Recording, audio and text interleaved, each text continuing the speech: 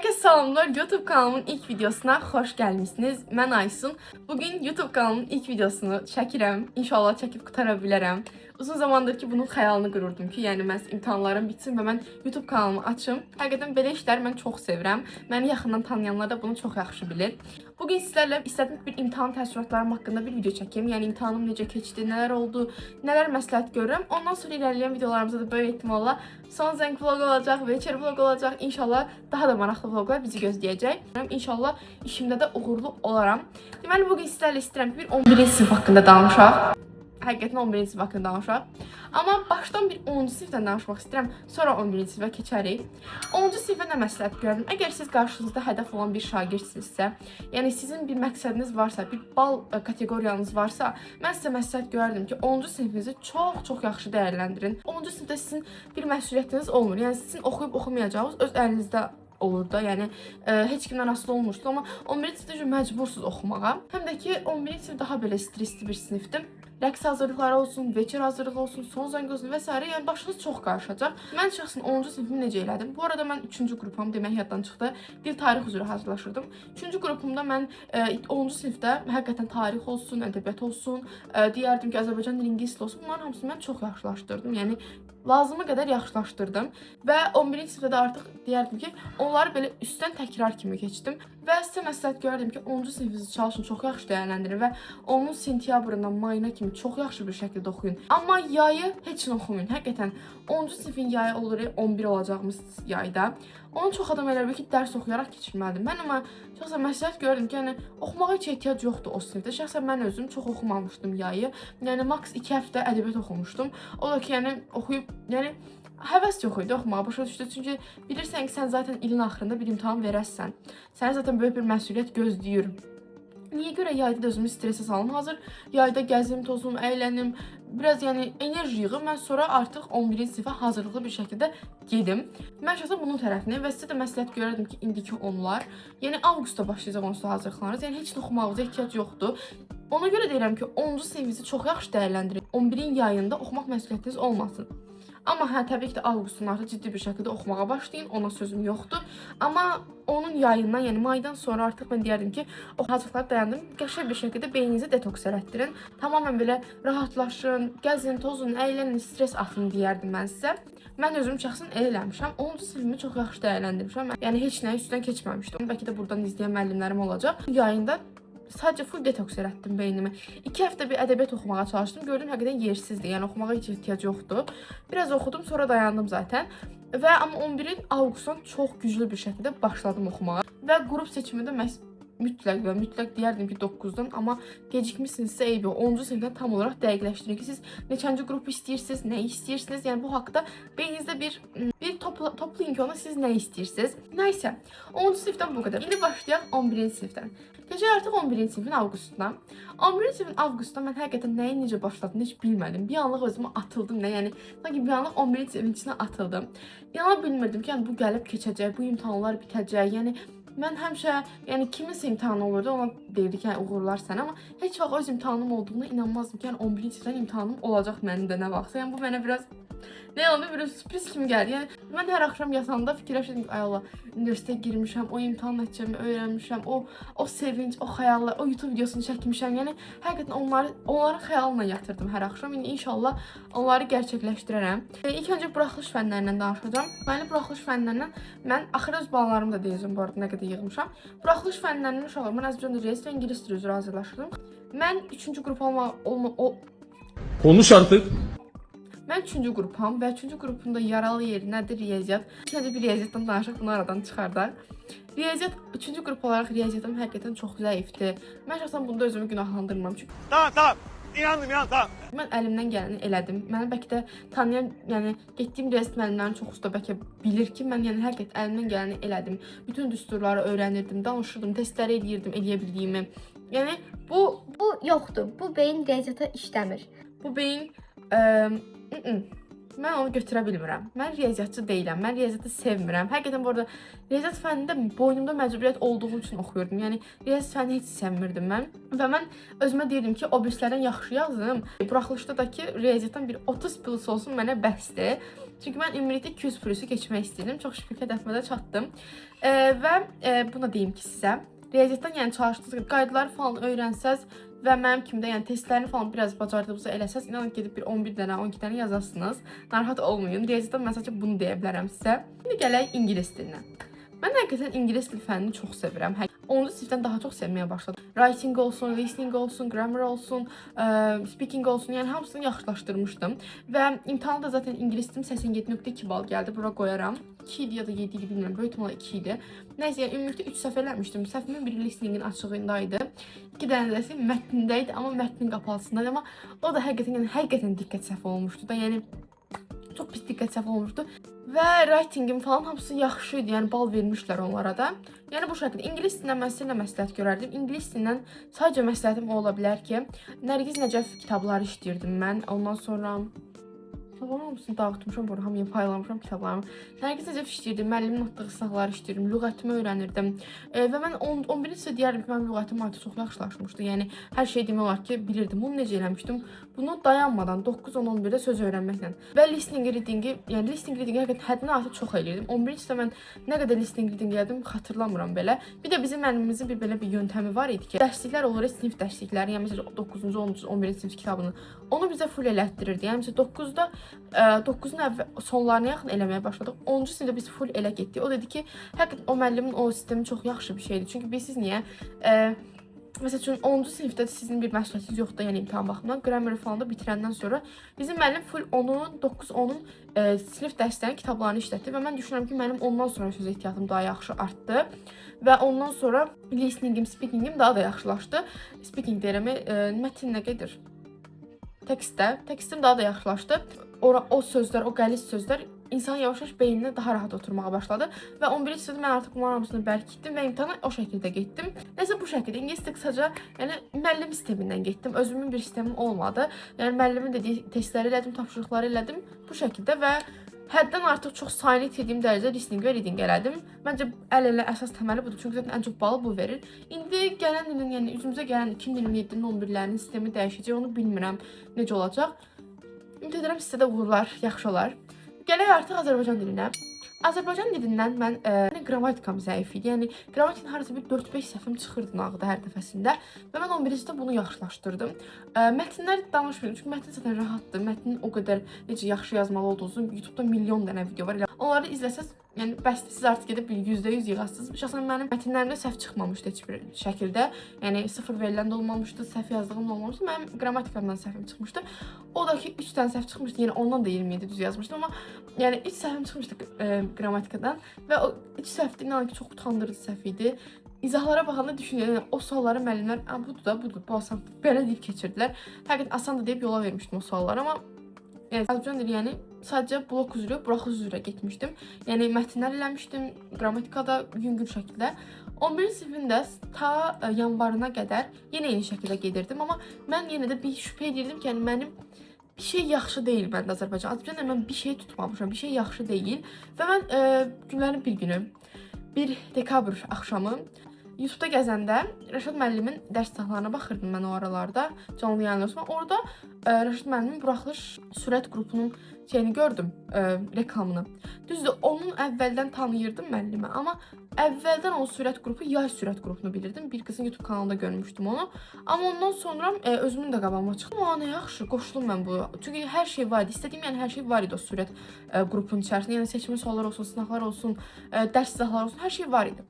Qoşuldum və inanın ki, həyatımda elədiyim ən yaxşı şeyi elədim özümə. Yəni o sürət qrupuna qoşulmaqdan deyərdim ki, çox möhtəşəm oldu hər şey. Sizə çox məsləhət görürəm ki, Rəşad müəllimin ədəbiyyat olsun, yəni blok olsun, buraxılış olsun, sürət qruplarına mütləq qoşulun. Yəni inanın ki, ora qoşulub peşman olan bir uşaq görmədim mən. Həm maraq, həm zarafat, hər şey yerində və çox maraqlı bir dərslər idi. Sadəcə Rəşad müəllimin buraxılış qrupunda verdiyi testləri eləyin. Siz zaten hazırsınız imtahana. Mən çox yaxşı idi, çox razı qaldığım sürət qruplarından biri idi. İmtahana bir həftə qalmış, yəni buraxılış imtahana bir həftə qalmış. Mənə elə gəlirdi ki, mən heç nə bilmirdim. Mən heç nə oxumamışam, heç nə eləməmişəm. Mən sadəcə boş-boşuna da, yəni boş-boşuna ev tapşırıqları eləmişəm. Bu his hamıya gələcək. İlk öncə bunu deyim. Yəni əsla və əsla həyəcanlanmayın, çünki bu his hamıya gələcək. İmtahan otağına girəndə buradan bir də bir şey demək istəyirəm. Dimin göndərdiyi adamlar həqiqətən işlərini çox qəşəng eləyirlər. Amma ki, biraz nə olar mülayim olun da, xahiş edirəm. Sərt adam idi ki, belə bir də qoşulmayacaq, bir də olmayacaq. Yəni adam deyir, "Ay Allah, mən nəyin içə girirəm? Çox həyəcanlıyam da." Yəni sən onsa, yəni bu uşaq zaten həyatında həll etdiyi imtahanlardan birinə girir. Hələ plus da ki, bunun da bir geri dönüşü yoxdur. Yəni buraxılışın geri dönüşü yoxdur. Gərək bir də bir ildə hazırlaşasınız. Yəni bu uşaq belə bir imtahan və siz biraz mülayim olmaqdansa niyə bu qədər sərt olursunuz ki? Bunu anlaya bilmirəm. Mənim bir şeyim yaxşıdır ki, özümü kontrol edə bildim. Ağlamadım, ürəyim getmədi, həyəcanlanmadım. Bir dənə onu bilirəm ki, imtahan binasına valideynimlə getmişdim. Yəni ora qədər valideynimlə getmişdim. Oradan sonra qapının məktəb girişi olur. Məktəb girişinə keçəndən sonra valideynimlə sağollaşdım. Yəni orada ata ilə sağollaşdım. Getdim. Belə təkliyə düşmüş kimi oldum. Çox pis oldu. Elə bildim, içəri girirəm, hamı mənə baxır, mən heç nə bilmirəm, mən heç nə oxumamışam. Bir çox qəribə oldu. İmtahan binasına da girdim. Orada belə dimin nəzarətçilərini gördüm belə. Bir dərindən nəfəs aldım. Buramdan sanki nəfəs keçmədi. Yəni çox pis bir his yaşadım. Bir de bayıl istiyorsan Feriha. Yəni özümü bir damcı boş buraxsaydım, ürəyim getmiş. Yəni özümü kontrol eləməsəydim, ürəyim getmişdi həqiqətən. Su içdim, bir nəfəs aldım. Çox şükür ki, nəzarətçimiz çox yaxşı idi. Yəni nəzarətçimiz belə dəstək verən idi, bizə belə motivasiya edən idi. Yəni o motivasiya edirdi, sonra dimin rəhbəri içəri girirdi. İmtahan başlayacaq, imtahan belə olacaq. Bizi təmiz qorxuya salırdı. Hələ düşünün, koridora gedir, orada yüksək səslə deyirlər ki, imtahan başladı, imtahan bitdi. Onu deyəndə insan bir qəribə olurdum ki, yəni həqiqətən inana bilmirdim ki, artıq imtahan başlayır. Və bir də onu bildim ki, gözümü yumdum, açdım, imtahan qutardı. Həqiqətən. Və çox şükür ki, çatdırma problemi yaşamadım. Mən ümumiyyətlə heç vaxt mənim vaxt problemim olmayıbdı. Heç bir şəkildə olmayıbdı. Yəni şükür Allaha ki, sınaqlar olsun, imtahanlar olsun, heç vaxt problemim olmayıbdı. Bu səfər də olmadı. Bu səfər olmamağının da bir səbəbi oydu ki, əslində bəlkə də riyaziyyatı super bilən biri olsaydım çox çatdırmazdım bəlkə də. Çünki mən riyaziyyatdan, yəni o açıq situasiyalı suallara baxdım, başa düşmədim, yazmadım.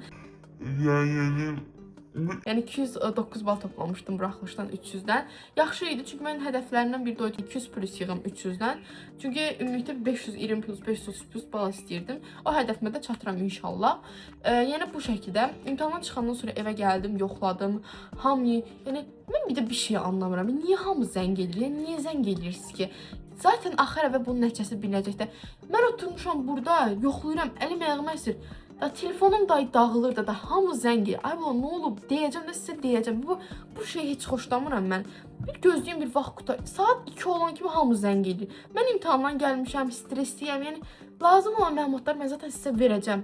Yəni siz niyə bu qədər? Yəni həqiqətən ona çox əsəb oldum. Mən şəxsən özüm heç kimə belə eləmirəm. İmtahan gününün gecəsi, axşamı saat 8, 9, 7. Zəng eləyərəm ki, necə keçmə. İmtahandan gələn kimi, yəni zəng eləmək nədir, mən həqiqətən bunu anlamıram. Bu bəlkə də bizim ölkədə bir dənə bu. Yəni lazım olan məlumatı mən sizə verəcəm də, danışacağam mən zaten sizlə. Nəysə, bunu keçdik. İmtahandan gəldim, yoxladım. Düz yandığım səhvlərim oldu. Həqiqətən, yəni ingilis ilə 2 səhv, Azərbaycan ilə də 3 səhv məni həqiqətən çox pis yandırdı. Amma eybi yox, yenə də istədiyim bala gəldim. Və mən o qədər psikopat bir insanam ki, fikirləşdim ki, ay Allah, mən deyəsən kodlaşdırmayı karandaşla kodlaşdırmışam. Deyəsən mən karandaşla kodlaşdırmışam. Sən dəlisən. Sən karandaşla kodlaşdırsan, sən o nəzarətçi götürər o vərəqi. Bilirdim ki, karandaşla kodlaşdırmamışam. Ruçkanın hələ ruçkanın izləri mənim buramdadır. Mən solxay olduğum üçün, yəni buraların ruçka izi olmuşdu da. Onu bilirdim. Prosta içmə estetik yox, o deyil. Amma təbii ki də yəni ruçka ilə kodlaşdırmışdım, qələmlə kodlaşdırmışdım. Nəysə. Nəticəm gəldi. Hətta imtahan çox yaxşı istədiyim geri dönüşü aldım imtahan. Həqiqətən çox insan deyir ki, yaxşı yoxlanılmamışdı falan. Məncə hər şey çox yaxşı yoxlanılmışdı. Sual tipinə gəldiyimdə isə bunu boyun qaçırmadan deyəcəm. Birinci zona həqiqətən qurban oldular. Yəni bizə görə özlərini fəda elədilər. Çox sağ olsunlar. Yəni deməyəcəm ki, ay yox, birinci zona biraz abardırdı falansa. Xeyr, düz deyirdilər. Yəni bu uşaqlar 2025-in buraxılış imtahanını işləyib içmən qarışıq. Ona özümüzü uyğun aparıb, ona uyğun imtahana gedirdik. Amma təbii ki də bir an, yəni birinci sonda biraz sürprizlə qarşılaşmış kimi bir şey oldu ki, özünü kontrol. Ona görə mən onları qınamıram. Suallar deyərdim ki, keçən nisbətən bu il daha çətin idi, amma yazılmayacaq tip suallarla deyildi, amma vaxt tələb edən suallar idi. Bəli, vaxt tələb edən suallar idi. Mən hələ riyaziyyatın açıqlarına çox vaxt sərf eləməmə rəğmən 5 dəqiqə qalmış mən qurtardım. Yəni düşünün elə o riyaziyyatı sərf eləyənlər. Düşünmək belə istəmirəm. Amma ikinci zondan birinci zona nisbətən daha yaxşı yazmalıydı zaten. Çünki biz artıq nəyə getdiyimizi bilirdik. Biz artıq 9 mart olan imtahanı artıq biz sağlı sollu hər tərəfli işləmişdik. Yəni burada heç kim deməsin ki, ikinci zonaların deməyə haqqı yoxdur ki, çətinlik də belə. Çünki siz zaten bilirsiniz nəyə gedirsiniz. Sizin qarşınızda dolu bir həftə var idi. İki mən qarşılaşdım, çətindir deyə bilməzdim. Çünki çətin idi, bəli, amma birinci zonaya görə çətin idi. Çünki onlar ilk dəfə getdilər, ilk dəfə gördülər. Biz amma artıq bildik nə olacaq. Ona görə yəni birinci zonaya həqiqətən çox təşəkkür edirəm ki, bizə görə özlərini qurban elədilər. Amma nəysə, artıq bitdi. Ümid edirəm siz istədiyiniz nəşrləri yığmısınız buraxılış imtahanından. İndi keçərək blok imtahanına. Blok imtahanına gəldikdə isə, blok imtahanı həqiqətən mən daha çətin gözləyirdim. Amma o sualları hansı müəllimlər hazırlayıb, onlara buradan çoxlu sevgilərimi göndərirəm. Yəni çox sağ olun ki, bizi ikinci şansa əziyyətə salmadınız. Həqiqətən yəni deyərdim ki, çox çətin də deyildi, çox asan da deyildi. Aha, hər fəndən çətin sual var idi. Amma hamısı çətin deyil. Məsələn, mən bir dənə səs oxudum. Bəs düşmüşdü. 3 sualda sığırlar suallar deyildi. Xeyr, çox qəşəngdir 3 sualda sığırlar suallar idi. Yəni siz zaten blok sual dediniz, hamı durub Sait Samiti işləmirdi. Blok suallar deyildi, amma çətin suallar işləyir. Yəni siz buna hazırlıqla getməlisiniz. Ki mən qarışıq. Mən çox çətin suallar gözləyirdim ki, yəni çünki buraxışı belə eləyiblər, yəqin bloku da belə eləyirlər ki, balları salmaq məqsəd, amma yəni bilmədilər. Yəni çox qarışıq bir sistem oldu. Hətta canım nənəm axşam o qədər mənə Ayətəl Kürsü oxumuşdu ki, çünki mən zəng eləyirdi ki, narahat olma, oxuyuram, narahat olma, dua oxuyuram. Yəni bütün gün əlaqə deyərdim ki, yəni mənə çox ürəkləndirənlərdən biri nənəm oldu. Zəng elir, deyir sənə dua oxuyuram, narahat olma, dua oxuyuram, narahat olma. Mən inansız hər şeyə həyəcanlanan Aysun, o imtahana mən elə getdim ki, elə bil mənim imtahanım deyildi. İmtahana o qədər rahat girdim ki, elə bil mən yazıb çıxmışam, mən sualları bilirəm. Yəni o qədər elə bir ikinci dəfə gedirdim də, yəni o qədər rahat idim ki, özümü həyəcanlandırmaq istəyirdim ki, həyəcanlandır, nə olub, sən niyə beləsən?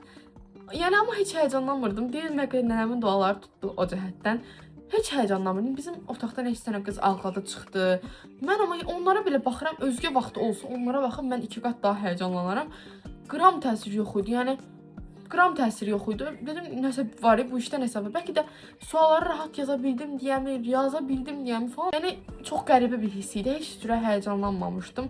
Yəni imtahanlar evdə biraz həyəcanlandım, amma biz o bir dənə söz var. Qızım, mən narahat olma, özünü sıxma, rahat olun. Eyb yox, nə yazar? O söz belə adamı çox həyəcanlandırır da. Yəni ki, ayda ailəm məndən gözlənti. Yəni mən çox güvənirlər. Mən deyirlər ki, yəni eyb yox, biz sən inanır. O daha belə bir çətin bir şeydi də o. Yəni elə deyəndə mən daha çox həyəcanlandım, daha çox ağlıma oturdu ki, baxmayaraq ki, məni evdə nə atam, nə də anam heç biri məni sıxmır dərs baxımından ki, mən elə valideynlər tanıyırdım ki, həqiqətən uşaqları bunu yığmalısan, belə olma. Mənim heç bir valideynim heç vaxt da, yəni nə də qoymazlar kimsə mənə eləsin. Yəni mənə çox rahat deyiblər ki, yəni biz sənlə yaxsan, yəni biz ondan razıyıq. Mən ona görə də istəyirdim ki, mən valideynlərimin, yəni bu başını qaldırım, başını eləyim ki, yəni mənə heç kim zoraki yanaşmırdı ki, sən oxumalısan. Mən sadəcə özüm dedim ki, yox, mənim gələcəyim var, mən valideynlərimi də qürurlandırmalıyam. Yəni bu cəhətdən həqiqətən, yəni sizə valideynləriniz rahat buraxırsa, məsələn deyirsə ki, narahat olmayın, nə yazarsan, biz sənə inanırıq. Onun özü belə çox ölümcül bir cümlədir həqiqətən. Çünki siz bilirsiniz ki, sizdən daha çoxunu gözləyirlər. Yəni, o çox pis nəysə. Amma buradan da valideynlərimə çox təşəkkür edirəm ki, yəni həqiqətən məni heç cürə sıxmadılar, heç kimlə müqayisə eləmədilər. Nə yığmışamsa o. Yəni mənim nə atam, nə də anam heç vaxt demədi ki, falan kəs belə yığıb, sən niyə belə yığmamısan? Və mən kəs belə yığıb, sən niyə belə yığmamısan? Heç vaxt. Nəysə, bunu keçdik. Ondan sonra gələk indi tarix fənninə. Tarix. Allahım Allah. 10 may sınağında tarixi o qədər qəliz deyildi. Məntiqi idi. Yəni mən geri o suallara belə hər tərəfli bir düşünüm baxımda. Düzdür, 10 may imtahanından, ya sınaq imtahanından 311 bal toplamışdım ümumilikdə. Amma o qədər pis baş ağrısı ilə yazmışdım ki o sualları. Yəni nə yazmışdım heç bilmədim, amma düzdür. Ümumilikdə o qədər pis yazmamışdım. Onu da azabcan desə 28 olmuşdu. Tarixi 20 dərd almışdı. Nəysə. Ədəbiyyatdakı 25 olmuşdu. Yəni ona tarixə qarşı bir içim sınmışdı və ondan sonra başladım tarixdən müəllim axtarmağa. Necə sürət qrupu təkrar olaraq. Mənim öz tarix müəllimim çox möhtəşəm müəllimdir. Çox əlavə sınaqlar, evdə əlavə sınaq falan işləmək üçün bir müəllim axtarırdım və YouTube-da Sabir Əbdürrəhmanov adlı müəllim var. Böyle çoxunuz bəlkə də bilirsiniz. O müəllimin sürət qrupunu gördüm Telegramda. Dedim mən də qoşdum. Həqiqətən çox yaxşı da qoşulmuşam. Biz necə? O sadiq müəllimimizlə təkrar keçmişdik, yenə də keçirdik. Amma əlavə testlər olsun, çoxlu. Məsələn, mən evdə öz müəlliməm 2 sınaq verirdisə, sürət qrupumla bir yerdə 2 sınaq işləyirəm. Maksimum mən bir gündə 4 sınaq işləmiş olurum. Yəni zarafat deyil də yaxşıdır. İnanın ki, yəni sınaq sayını artırmaq üçün və mən o 10 maydan 24 maya qədər nə qədər tarix sınağı işlədim bir Allah bilir. Nə qədər tarix təkrarladım bir Allah bilir. Yəni 20 sınağı qurtardım. Tarix sınaqları müəllimlər atdıqca işlədim. Xəritələrimi biraz yaxşılaşdırdım. Azərbaycan xəritəsini daha da yaxşılaşdırmışam. Ümumi tarixdəki sadəcə İspaniya falan olan xəritəni daha yaxşı bilirdim də. Xəritələrimi də yaxşılaşdırdım deyərdik ki. Və getdim imtahandan 27 tarix yazdım. Həqiqətən yəni o qədər sevinirdim. Mən inanın ki, o birilərdən əmin idim ki, yazacağam. Çünki Rəşad müəllim o qədər dib köşə keçirdi ki, yəni Azərbaycan dili olsun, ədəbiyyat o qədər dibdən keçirdi ki, hamısını.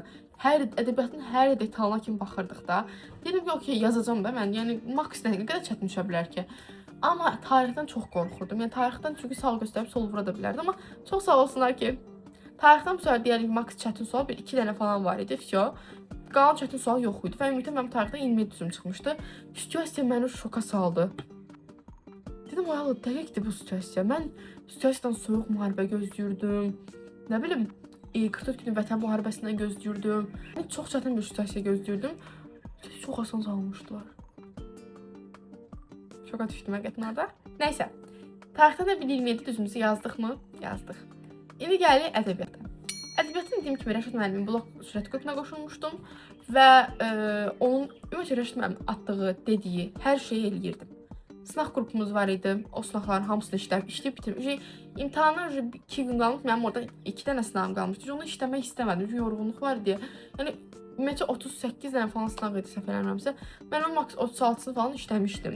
Rəşad müəllimin atdığı seçmə sualların hamısını işləmişdim. Hər şeyi eləyirdim. Dərslərin hamısını öyrəndim. Yəni seçmə suallardan məndə biri belə qalmamışdı. Yəni bütün seçmə suallarımı işləmişdim. Azərbaycan dili olsun, ədəbiyyat olsun, bütün seçmə sualları işləmişdim. Yəni razı qaldığım sürət qruplarından biri Rəşad müəllimin sürət qrupları, bir də ki Sabir müəllimin sürət qrupu idi ki, tarixdən çox qəşəng idi, yəni həqiqətən. Ümumilikdə mənim Azərbaycan dilindən 28 düz yazmışam, ədəbiyyatdan 27, tarixdəndəki 27 düzüm olubdu. Hədəfimə çatdım. 2 blok və buraxılış fənlərlə ikisinə də hədəfimə çatdım. Çox şükür həqiqətən hər biri istədiyim kimi oldu. Hədəfimə də çatdım. Bir də istəyirəm ki, danışım 11-ci sinifdə telefon işlətməyəkmi bu haqda. Mən sizə məsləhət görərdim ki, özünüzə qayda qoymağı bilən birisiniz. Yəni özünüzə bir sədd çəkə bilirsinizsə işlədin telefon. Məsələn, mən oktyabra qədər mən telefon işlətmədim. Güya dedim ki, belə daha yaxşıdır. Planşetdən eləyirdim hər işi. WhatsApp falan da planşetə yönləndirmişdim. Amma sonra gördüm ki, getmir. PDF olsun, bəzən elə olur ki, məktəbə gedirəm, məktəbə planşet falan aparmaq biraz nərim. Sonra da onlayn dərslərə falan qoşulurdum. Dedim, yox, burada bir məna yoxdur. İşlətməklə bir şey olası deyil. Çünki mənim telefonumda nə YouTube shortsları kilitlənmişdim. Ondan sonra WhatsApp TikTok idi, Instagram idi, onlar yox idi. Mən deyərdim ki, telefon işlətməmək biraz mənasızdır. Çünki indiki zamaniyyə baxdıqda hələ ki, hər şey PDF-dir, sınaqdır, onlayndır. Yəni, məncə işlətməliyik. Məncə. Və amma qədərində və baxmağa belə gəldi. Şəxsən baxırdım mən. Və ondan sonra yəni telefona qarşıda bir qədər qoyduqda işlətmək həqiqətən çox rahatdır. Mən deyərəm. Mənim maks ekran sürəm 1 saat, 2 saat olurdu imtahan dövründə. İndi maşallah dedim, amma nəysə, artıq mən imtahan vermişəm. İndən sonra ümid edirəm ki, YouTube'da daha aktiv olaram, videolarımı daha çox bəyənərsiniz və ümid edirəm ki, maraqlı videoları sizin qarşınıza çıxaram. Hələlik, sağ olun.